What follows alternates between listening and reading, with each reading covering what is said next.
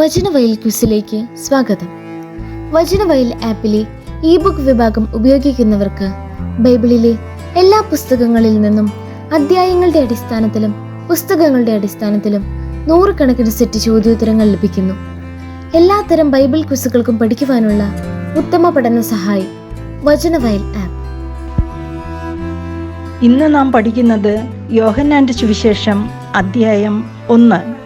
ഒന്നാമത്തെ ചോദ്യം. പിറ്റേ ദിവസം അവൻ ഗലീലയിലേക്ക് പോകാനൊരുങ്ങി. ആര്?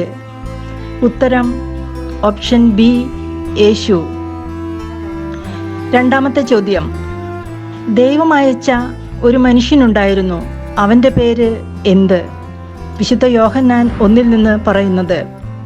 ഉത്തരം ഓപ്ഷൻ ബി, യോഹന്നാൻ. ഇനി നമുക്ക് മൂന്നാമത്തെ ചോദ്യത്തിലോട്ട് പോകാം. മൂന്നാമത്തേത്. പീലിപ്പോസ് അന്ത്രയോസിൻ്റെയും പത്രോസിൻ്റെയും പട്ടണമായ എവിടെ നിന്നുള്ളവനായിരുന്നു? ഉത്തരം ഓപ്ഷൻ ഇ, ബേത്സൈദായിൽ. അടുത്തത് നാലാമത്തെ ചോദ്യം. എല്ലാ മനുഷ്യരെയും പ്രകാശിപ്പിക്കുന്ന യഥാർത്ഥ ഡാഷ് ലോകത്തിലേക്ക് വരുന്നുണ്ടായിരുന്നു. വിശുദ്ധ യോഹന്നാൻ 1 നിന്ന് പൂരിപ്പിക്കുക. ഉത്തരം ഓപ്ഷൻ ബി, വെളിച്ചം. അടുത്തത് അഞ്ചാമത്തെ ചോദ്യം. പീലിപ്പോസ് അന്ത്രയോസിൻ്റെയും ആരുടെയും പട്ടണമായ ബേത്സൈദായിൽ നിന്നുള്ളവനായിരുന്നു? ഉത്തരം ഓപ്ഷൻ എ, പത്രോസിൻ്റെയും. ആറാമത്തെ ചോദ്യം. പീലിപ്പോസ് അന്ത്രയോസിൻ്റെയും പത്രോസിൻ്റെയും ഡാഷ് ബേത്സൈദായിൽ നിന്നുള്ളവനായിരുന്നു. പൂരിപ്പിക്കുക. ഉത്തരം ഓപ്ഷൻ എ, പട്ടണമായ. അടുത്തത് ഏഴാമത്തെ ചോദ്യം. യോഹന്നാൻ എന്തിനു സാക്ഷ്യം വഹിക്കാനാണ് വന്നത്? ഉത്തരം ഓപ്ഷൻ ബി, വെളിച്ചത്തിന്.